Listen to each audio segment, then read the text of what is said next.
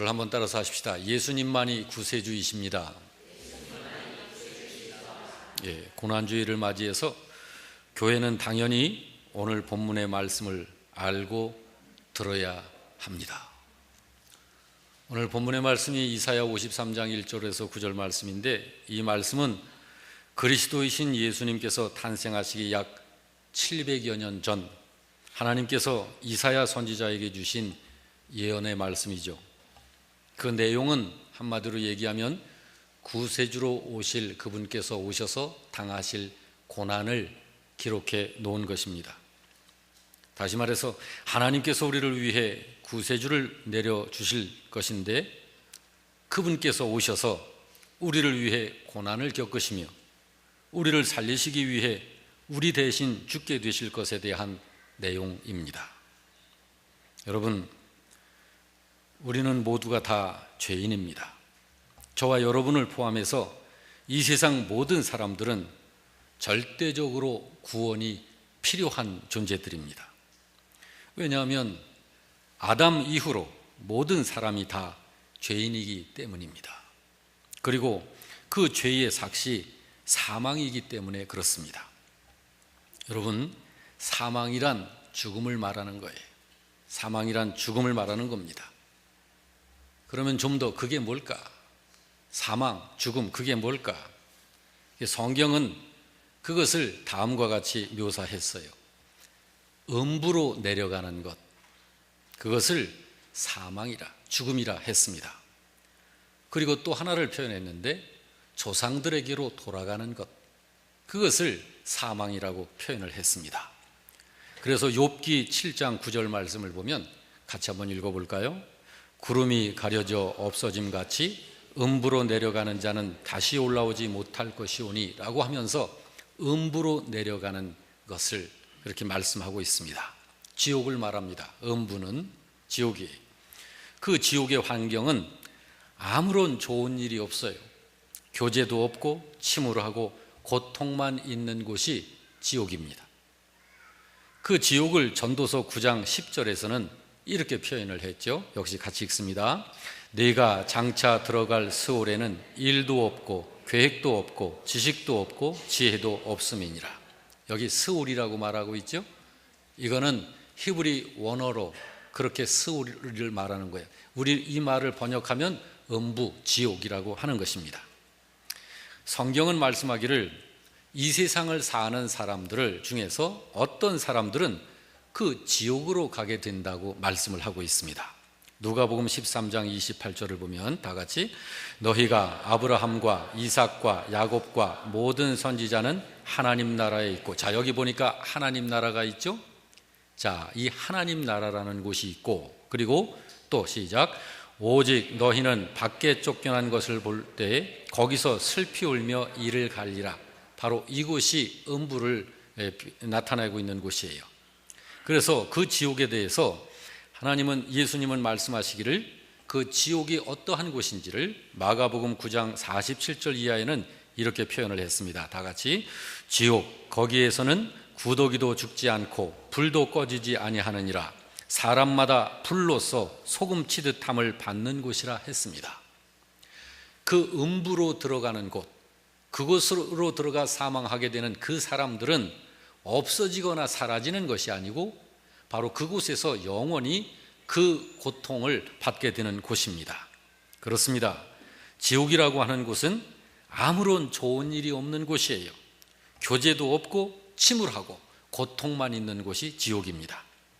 이렇게 성경에서는 사망을 그 지옥으로 내려가는 것으로 표현을 했고, 또 한 가지 죽는다는 것을 조상들에게로 돌아가는 것으로 표현했습니다.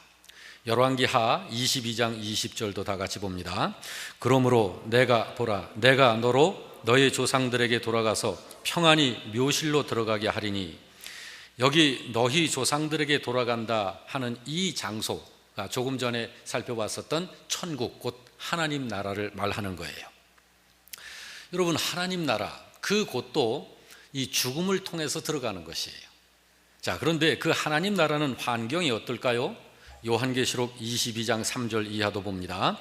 다시 저주가 없으며 하나님과 그 어린 양의 보좌가 그 가운데에 있으리니 그의 종들이 그를 섬기며 그의 얼굴을 볼 터이요 다시 밤이 없겠고 등불과 햇빛이 쓸데없으니 이는 주 하나님이 그들에게 빛이심이라.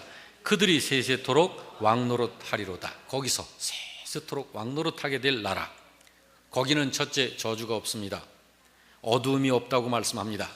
그리고 거기 들어가는 신자는 하나님과 계속적인 교제가 있는 곳이라고 그렇게 묘사되어 있습니다. 이곳이 바로 하나님 나라입니다. 이 하나님 나라, 여러분, 죄와 죽음은 지옥과 연결되어 있는 것이고 죄의 사함과 영생은 그리스도이신 예수님을 통한 하나님 나라와 연결되어 있는 것입니다. 바로 그 일을 위해서 예수님께서 이 땅에 오셔서 고난을 당하신 것입니다. 여러분, 이 고난주일에 주님께서 당하신 그 고난이 어떠할 것인가를 한번 생각해 보시길 바랍니다. 우리가 잘 아는 사르트르라고 하는 분이 있습니다. 실존주의 철학자입니다. 이 사람이 나이가 들어서 병이 들었어요. 병원에 입원했습니다. 그러다가 병원에서 퇴원을 하지 못하고 병원에서 사망을 했는데, 병원에 입원하여 죽기까지 소리를 지르며 찾아온 사람들에게 고함을 치면서 그 정말 고통 속에 죽어갔습니다. 이 사람이 살아있는 동안에 작품을 통해서 많은 사람들에게 깊은 감동을 주었고, 많은 사람들에게 진정 이것이 자유다라고 하면서 자유에 대해서 많은 수필을 쓰면서 진정한 자유가 이것이다라고 하면서 많은 사람들에게 도전을 줬었지만, 그렇지만 그가 죽을 때는, 막상 자기가 죽음 앞에 섰을 때는 그 죽음 앞에서 전혀 본인은 자유하지를 못했어요. 도리어 그 죽음의 공포에 꽁꽁 묶여가지고 발버둥 치면서 죽기를 거부하면서 비명을 지르면서, 그렇지만 그는 죽음으로 끌려 들어가고 말았습니다. 여러분, 이 사르트르가 죽을 때 그 병원에서 그렇게 비명하며 고통을 하고 절규했었던 이유가 뭡니까? 단지 몸이 아파서만이 아닙니다. 죽음에 대한 불안과 공포 때문이었습니다. 여러분, 그는 결국은 비명에 그렇게 갔습니다마는 그 유명한 그가 그렇게 죽었을 때, 거기에 대해서 그가 세상을 떠난 후에 프랑스 신문사에서 그분에 대해서 글을 쓰면서 많은 사람들이 그 자유를 선언했었던 사르트르의 죽음에 대해서 떠들기 시작했습니다. 그러면서 이렇게 죽음으로부터의 자유를 그렇게 외쳤던 그의 말로가 어떻게 이렇게 비참할 수가 있는가라고 하는 쪽에서 다시 의문이 일어서기 시작을 했던 거예요. 거기에 대해서 어느 독자가 이렇게 투고를 했습니다. 사르트르의 말로가 그렇게 비참했던 이유가 있다. 그것은 그가 인생을 마치고 돌아갈 고향이 없었기 때문이다 라고 답을 말했습니다. 여러분, 그렇습니다. 이 세상을 사는 사람들 중에서 우리의 영원한 본향이 있습니다. 그 본향을 찾지를 못하고 그 본향을 갈 수 없는 사람은 돌아갈 본향이 없는 형벌의 장소요, 지옥으로 들어가야 할 것이기 때문에 본향을 찾지 못한 사람은 죽음 앞에서 그렇게 비명에 떨고 고통할 수밖에 없는 것입니다. 반면에 여러분, 그때 그 당시에 독일의 고백교회 신학자인 본 회퍼라는 분이 있습니다. 그는 세계대전 중에 독일의 수용소에서 나치에 항거하다가 죽음을 맞이한 사람인데, 어느 날 간수가 문을 두드리고 들어오는 순간 직감적으로 오늘이 나의 마지막이구나 라는 것을 본 회퍼가 느꼈습니다. 그는 자리에서 벌떡 일어나 그동안 한 감방 안에서 지냈었던 동지들에게 인사를 할 것을 생각하고 이렇게 인사를 했습니다. 동지 여러분, 이제 나에게는 죽음이 온 것 같습니다. 그러나 기억하십시오. 이것이 마지막이 아니고 시작임을 기억하십시오. 동지 여러분, 주님께서 나를 위해서 예비하신 아버지의 집에서 다시 만날 때까지 여러분 안녕히 계십시오. 이 인사를 하고 본 회퍼는 감방을 나섰고, 그 말을 하고 뒤돌아가는 그 본 회퍼와 그 말을 하는 본 회퍼의 얼굴을 바라본 감방에 남아있는 그 사람들이 그 얼굴에서 기쁨이 있다는 것을 느낄 수 있었습니다. 그 사람들은 하나님을 신뢰하는 이 보네포라는 사람의 그 마지막 모습이 저런 모습이구나 라고 하는 것을 느끼면서 감동을 받았다고 그래요. 여러분, 본회퍼는 같은 죽음인데 왜 그렇게 그에게는 얼굴에 기쁨이 있었을까요? 그에게는 돌아갈 고향이 있었기 때문입니다. 어느 곳입니까? 하나님 나라입니다. 여러분, 그리스도이신 예수님께서 믿는 자를 구원해내시는 이 일을 구속이라고 그럽니다. 예수님께서 여러분과 저를 구원시켜내는 이 일을 이루신 것을 구속하셨다라고 그래요. 그 일이 바로 우리의 죄를 대신 짊어지시는 일입니다. 죄의 싹신 사망을 대신하시는 일이에요. 그 일을 그리스도이신 예수님께서 대신하시고 그 일을 구속이라고 그래요. 왜 그러냐면 구원받을 자의 죄를 대신 갚아야 그의 죽음을 해결할 수 있기 때문입니다. 이 사실을 성경은 어디에서나 말씀하고 있어요. 고린도전서 15장 3절은 이렇게 말씀합니다. 다 같이, 내가 받은 것을 먼저 너희에게 전하였노니 이는 성경대로 그리스도께서 우리 죄를 위하여 죽으시고라고 말하고 있습니다. 그리스도께서 우리들의 죄를 위하여 죽으시고라고 말하고 있습니다. 로마서 4장 25절에서는 또 이렇게 말씀하고 있습니다. 다 같이, 예수는 우리가 범죄한 것 때문에 내줌이 되었고 이렇게 말하고 있습니다. 또한 우리를 의롭다 하시기 위하여 살아나셨다, 부활하셨다. 예수께서 십자가의 그 죽음으로 자신을 내어놓은 것은 우리가 범죄한 것 때문에 예수님께서는 자신을 내놓으신 것이라고 로마서에서는 말하고 있고, 또 베드로전서 3장 18절도 이렇게 말씀합니다. 그리스도께서도 단번에 죄를 위하여 죽으사 의인으로서 불의한 자를 대신하셨다라고 말하고 있습니다. 바로 예수님께서, 그리스도이신 예수님께서 이 일을 하신 것을 구속이라고 그래요.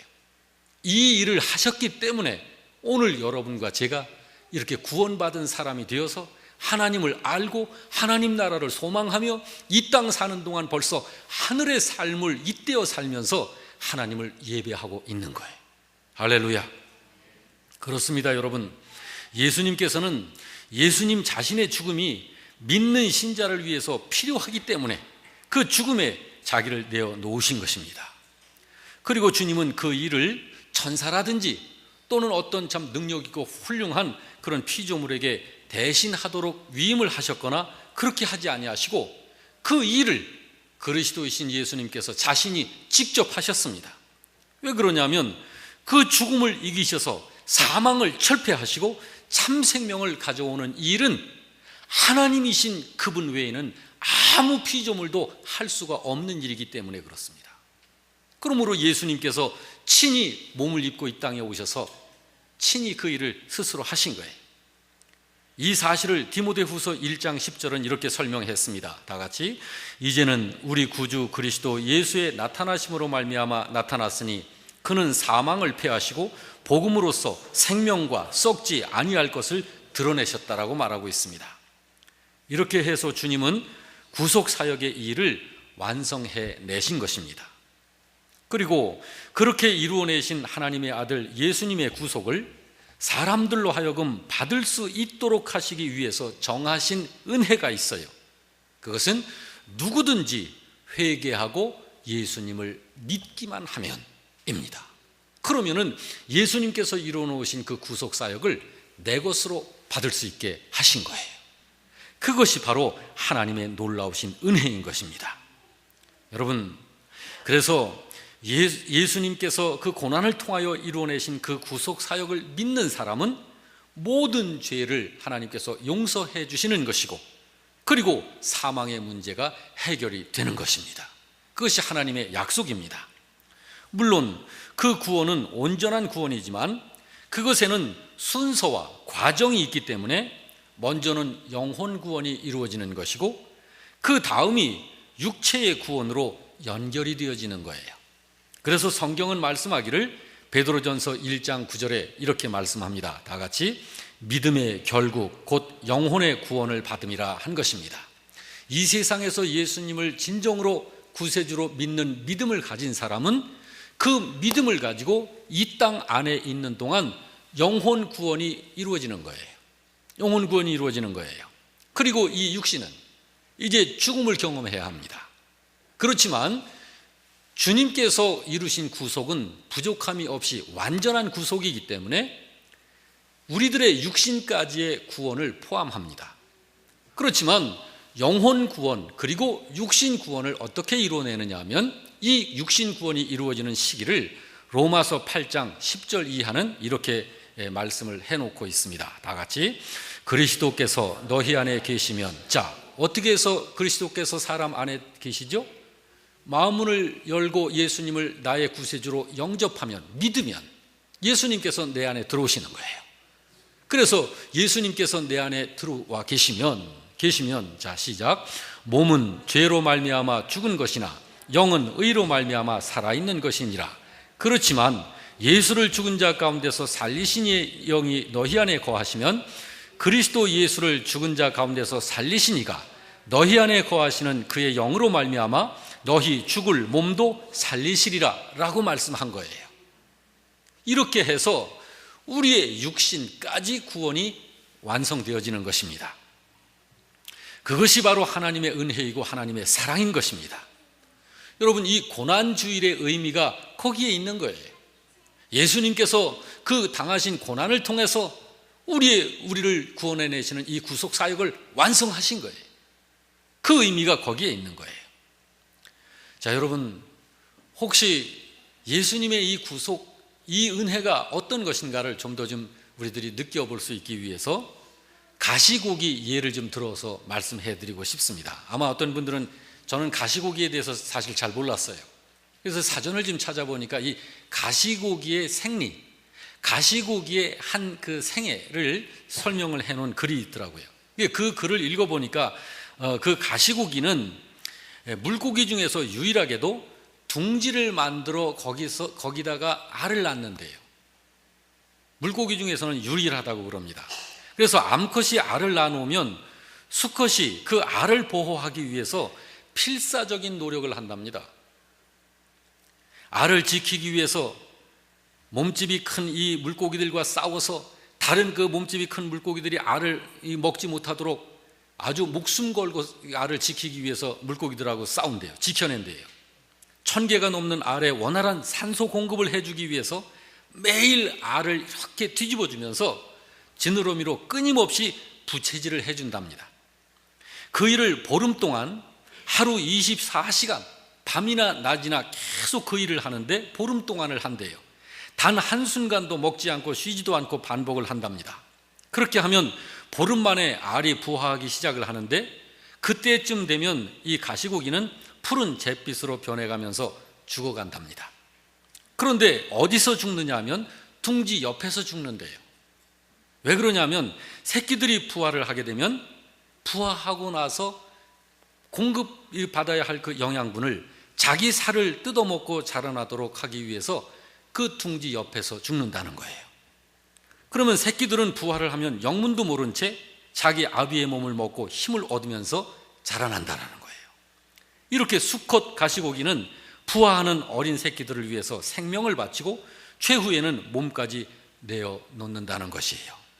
여러분, 예수님께서 이 땅에 오셔서 고난을 당하시고 십자가에 자신을 내어놓으신 이 고난이, 이 죽으심이, 그래서 이루어내신 그 구속이 여러분과 저를 위한 것입니다.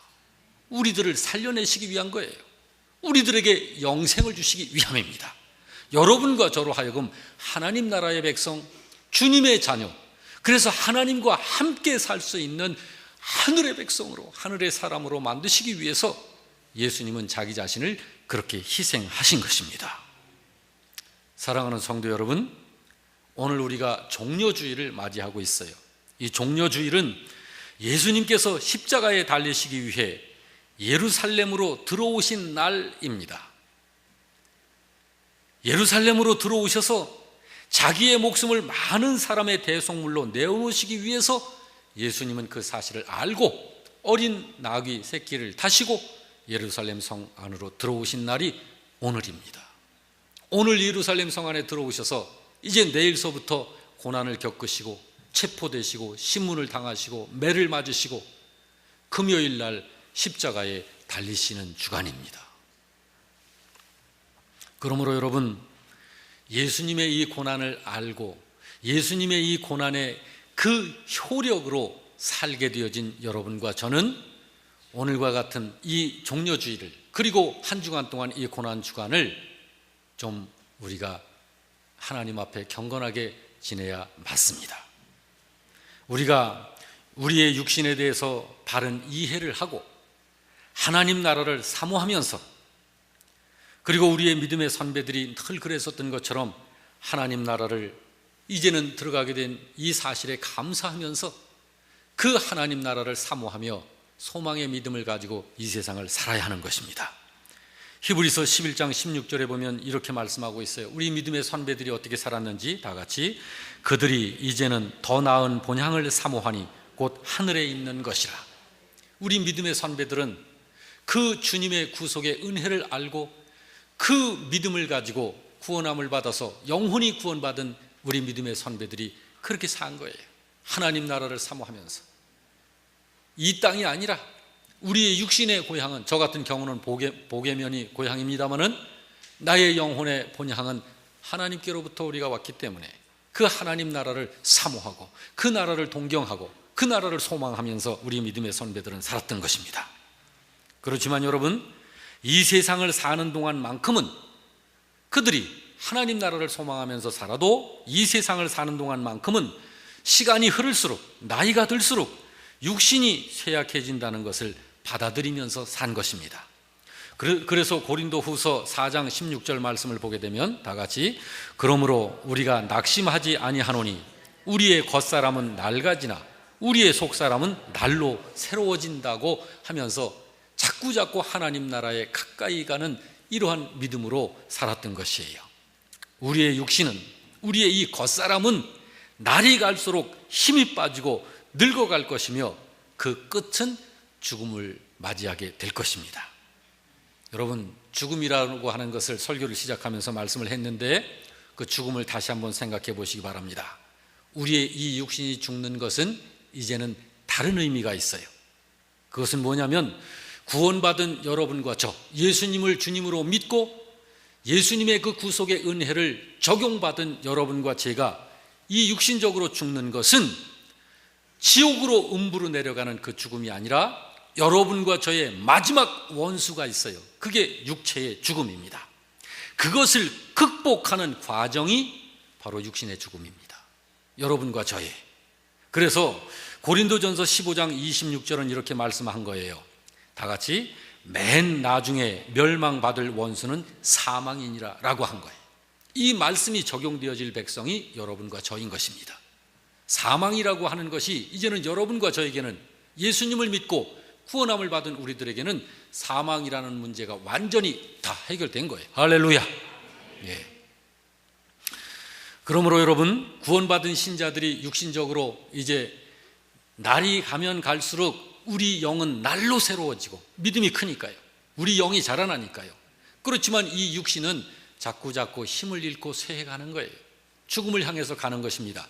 그러나 우리의 육신은 죽음에 먹히는 것이 아니고 그 영원한 마지막 원수인 사망 권세를 깨트리고 극복해 나가는 새 생명의 과정인 것입니다. 믿으시기 바랍니다. 그러므로 여러분 아시길 바랍니다. 신자의 죽음은 우리를 그리스도에게서 분리시킬 능력이 없는 죽음이에요. 그것은 도리어 구원받은 우리의 마지막 원수인 육체적 죽음을 극복하는 과정인 것입니다. 그래서 로마서 8장 38절 이하는 이렇게 말씀하고 있죠. 다 같이, 내가 확신하노니 사망이나 생명이나 천사들이나 권세자들이나 현재일이나 장래일이나 능력이나 어떤 피조물이라도 우리를 우리 주 그리스도 예수 안에 있는 하나님의 사랑에서 끊을 수 없으리라라고 한 거예요. 아까도 로마서 8장 10절 11절 말씀을 살펴봤습니다마는 지금 여러분과 제가 가지고 있는 이 육신은 죽음을 향해서 자꾸자꾸 다가가고 있는 거예요. 그래서 우리는 이 육신은 한번 매장이 돼야 할 것입니다. 그렇지만은 여러분과 저 안에 들어와 계신 우리 성령님께서, 주님께서 마지막 날에 우리의 이 육신까지 부활시켜 부활하신 예수님처럼 영원히 하나님 나라에서 적응할 수 있는, 영원히 살 수 있는 하늘나라의 몸으로 부활시켜 내시는 것입니다. 그것이 구원이에요. 육신의 구원이에요. 그렇습니다, 여러분.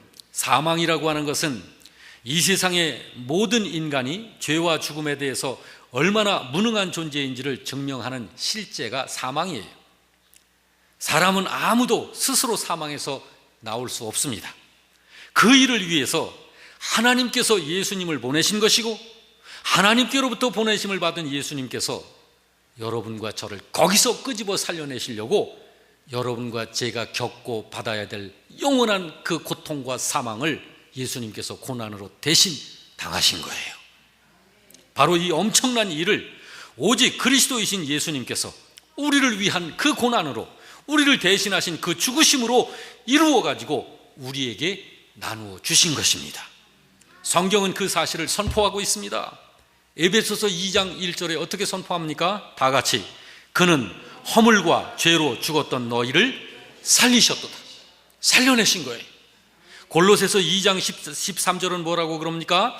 또 범죄와 육체의 무할례로 죽었던 너희를 하나님이 그와 함께 살리시고 우리의 모든 죄를 다 사하셨다고 성경은 선언하고 있는 것입니다.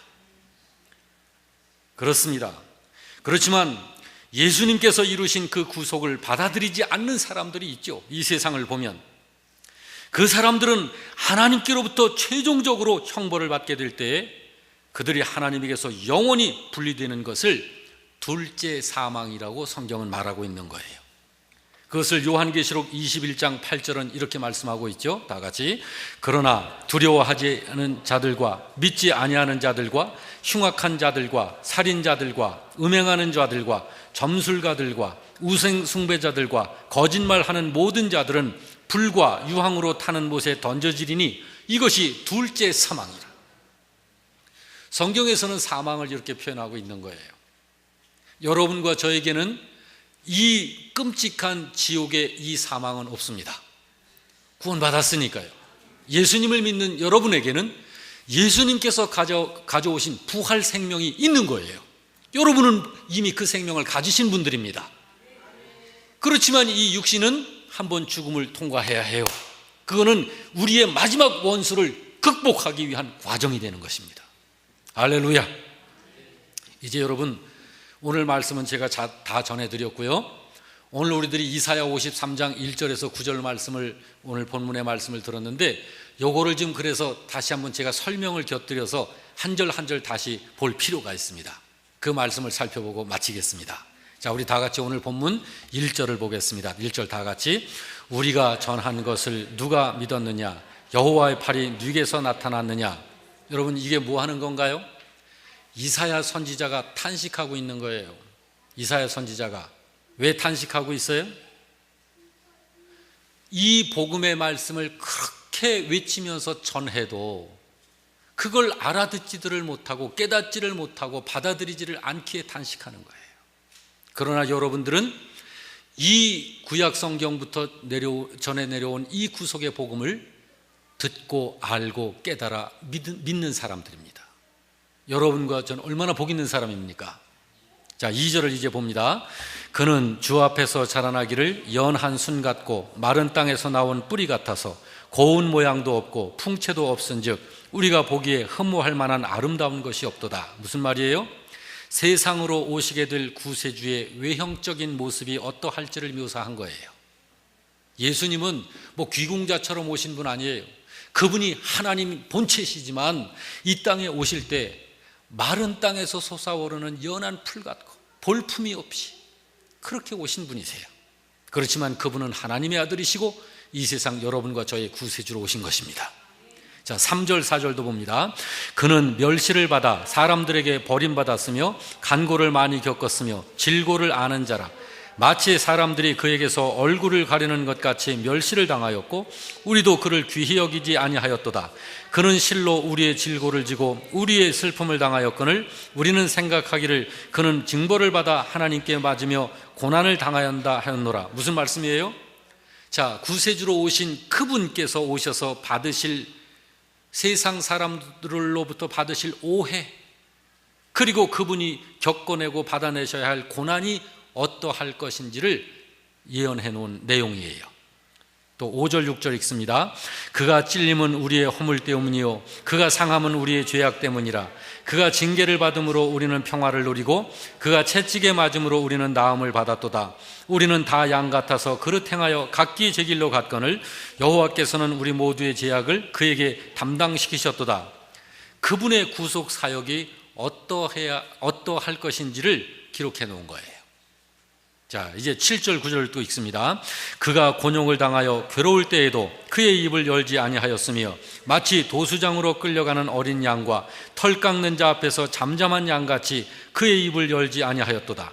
그는 곤욕과 신문을 당하고 끌려갔고 그는 강포를 행하지 아니하였고 그의 입에 거짓이 없었으나 그의 무덤이 악인들과 함께 있었으며 그가 죽은 후에 부자와 함께 있었도다. 무슨 말이에요? 그 사역을 감당하시는 구세주의 모습에 대한 예언적 기록이에요. 이제 8절을 한 번 더 마지막으로 읽습니다. 그 세대 중에 누가 생각하기를 그가 살아있는 자들의 땅에서 끊어짐은 마땅히 형벌받을 내 백성의 허물 때문이라 하였으리요.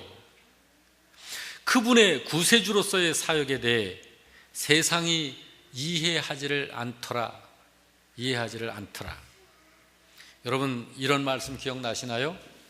하나님의 말씀은 성령님의 감동하심으로 된 것으로 세상의 지혜가 이를 알지 못한다. 하나님의 말씀은, 하나님의 계획은, 하나님의 말씀의 내용은 하나님의 감동으로 된 것이기 때문에 성령으로라야 깨달아 알 수 있느니라. 여러분들이 이 말씀을 깨달은 것은 성령님의 은혜가 여러분들에게 임했기 때문입니다. 그래서 여러분들이 믿게 된 것이고 구원을 받은 하늘의 자녀가 된 것입니다. 할렐루야. 여러분, 오늘 이 고난주간을 맞이해서 여러분과 제가 우리를 살려내신 그 구세주를 알고 그 구세주를 보내주신 아버지신 하나님을 알고 하나님의 사랑과 그 구세주이신 예수님의 구속의 그 은혜의 역사를 알고 우리가 감사하는 거예요. 감사하는 거예요. 영으로 감사하는 거예요. 삶으로 감사하는 거예요. 그리고 그 주님과 함께 이 세상에서의 삶을 오직 주님으로 새 생명의 삶을 살 것을 주님 앞에 고백하며 다짐하면서 헌신하는 것이 맞는 거예요. 할렐루야. 그 삶이 오늘 우리의 삶인 줄 믿으시길 바랍니다.